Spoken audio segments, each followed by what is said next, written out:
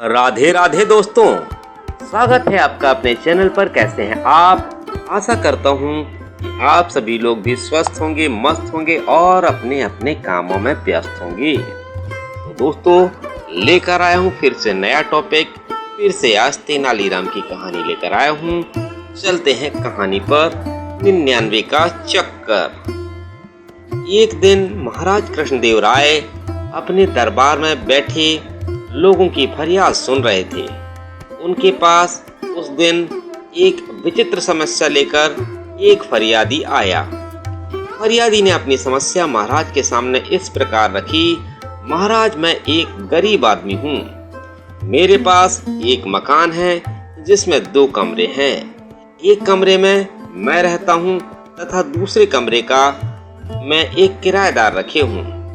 मेरा किराएदार एक मोची है जो दिन भर बाजार में लोगों के जूतों की मरम्मत करता है और रात को घर आकर घंटों पूजा करता है। महाराज चकराए।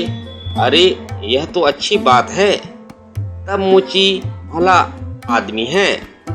ऐसे आदमी से तुम्हें क्या परेशानी? हाँ महाराज, वह भला आदमी है। मुझे समय पर किराया अदा करता है। किसी बात की कभी झिक-झिक, खिच-खिच उसने मेरे साथ नहीं की है। रोज सुबह जागकर स्नान ध्यान करने के बाद ही वह अपने काम में निकलता है। फरियादी ने कहा, तो फिर क्या परेशानी है? महाराज ने पूछा। महाराज, शाम को जब मोची पूजा करता है तब वह हाथ में ढोलक लेकर उसे पीटते हुए जोर जोर से भजन गाता है। उसके भजन गाने से भी मुझे कोई शिकायत नहीं है। शिकायत है उसके ढोल से, जिसकी धमक से मैं घंटों परेशान रहता हूँ और सो नहीं पाता। फरियादी ने कहा। महाराज को फरियादी की वास्तविक परेशानी का अनुमान लग गया। थोड़ी देर मौन रहने के बाद उन्होंने तेनालीराम से पूछा, क्यों तेनालीराम, इस फरियादी का दुख दर्द दूर करने का तो एकमात्र यही उपाय है कि इसका कमरा खाली करा दिया जाए। तेनालीराम बोले, नहीं महाराज, इस तरह से समाधान से तो मोची ही नहीं फरियादी भी परेशान हो उठेगा। वह कैसे? महाराज ने पूछा। महाराज, फरियादी ने साफ साफ कहा है कि वह गरीब आदमी है। 2 कमरों के मकान में एक कमरा किराए पर देने से यह बात साफ हो जाती है कि उसे पैसों की जरूरत है, तभी वह एक कमरा किराए पर देने के लिए विवश हुआ है। हाँ, तुम ठीक कह रहे हो। फिर क्या समाधान है? महाराज ने पूछा। महाराज, यदि यह फरियादी 99 रुपए खर्च करने के लिए तैयार हो जाए तो मैं उसे समस्या से मुक्त करा दूंगा, तेनालीराम ने कहा। महाराज ने पूछा, फरियादी, क्या तुम 99 रुपए खर्च करने की स्थिति में हो? यदि समस्या से मुक्ति मिल जाए तो मैं 99 क्या 100 रुपए भी खर्च कर सकता हूँ, फरियादी ने कहा। नहीं, केवल 99 रुपए चाहिए। इस बार यह बात तेनालीराम ने कही। जी हाँ श्रीमान, मैं 99 रुपए खर्च कर सकता हूँ, फरियादी ने कहा। तो ठीक है, जाओ और 99 रुपए गिनकर एक मखमल की थैली में डाल दो और जिस समय मोची कमरे में नहीं हो उस समय उसके कमरे में वह थैली डाल दो। ऐसा करने से कि 1 सप्ताह बाद आकर महाराज को उसके भजन का हाल बताना। अब जाओ और जाकर वही करो जो मैंने तुम्हें बताया है, तेनालीराम ने कहा।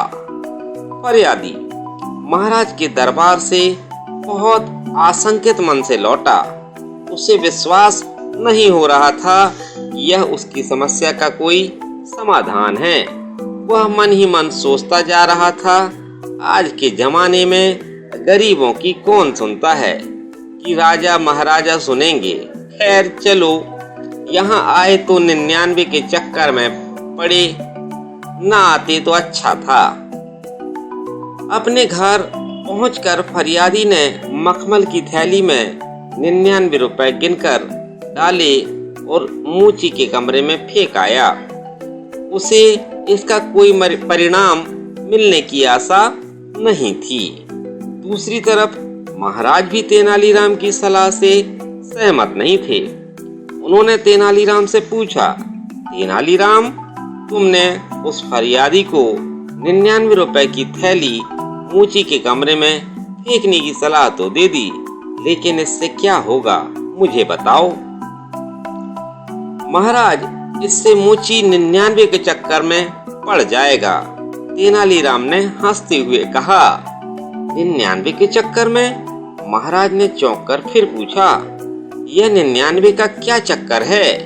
मुझे खुलकर बताओ, साफ साफ। महाराज, यह मूची के पास काम नहीं करता, यह अपनी दुकान लगाता है। मतलब यह हुआ कि इस मूची में भी पैसे बनाने की लालसा है। अब जब उसे मखमल की थैली में 99 रुपए मिलेंगे, तब वह उन्हें खर्च करने की कतई नहीं सोचेगा। वह सबसे पहले उस थैली में अपने 1 रुपए मिलाकर उसे 100 रुपए में बदलेगा। उसके बाद वह इन 100 रुपए को 200 रुपए में और 200 रुपए को 500 रुपए में और 500 रुपए को 5000 रुपए में बदलने के लिए लालायत हो उठेगा। महाराज, अब मूची को 99 के चक्कर से मुक्ति नहीं मिलने वाली, तेनालीराम ने विश्वास पूर्वक कहा। मगर तुम्हारी बात मान भी ली जाए तो फरियादी की समस्या का हल कहाँ हुआ? तुमने तो मूची को 99 के चक्कर में डालने का इंतजाम भर किया है।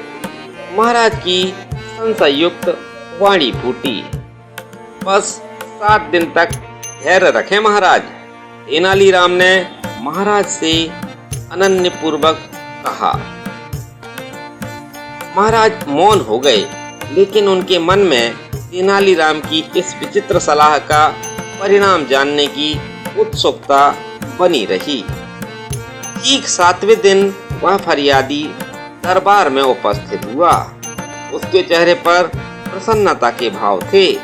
जैसे ही उसे अवसर मिला, वह महाराज के सामने आया और मुस्कुराते हुए अपने दोनों हाथ जोड़ लिए।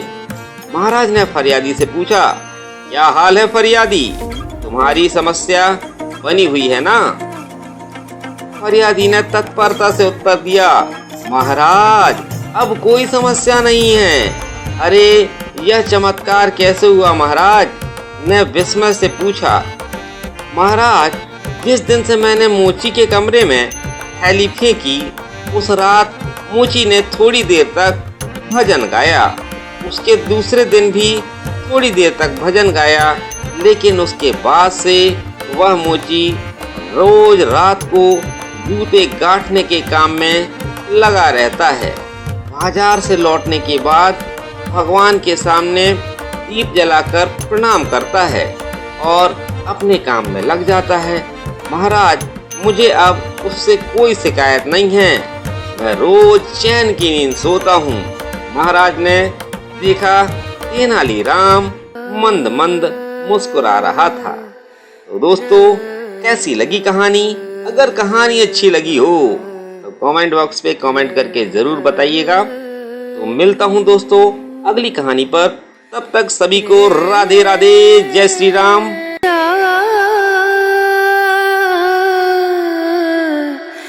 लागे नहीं कहीं ओ नजरिया, लागे नहीं कहीं।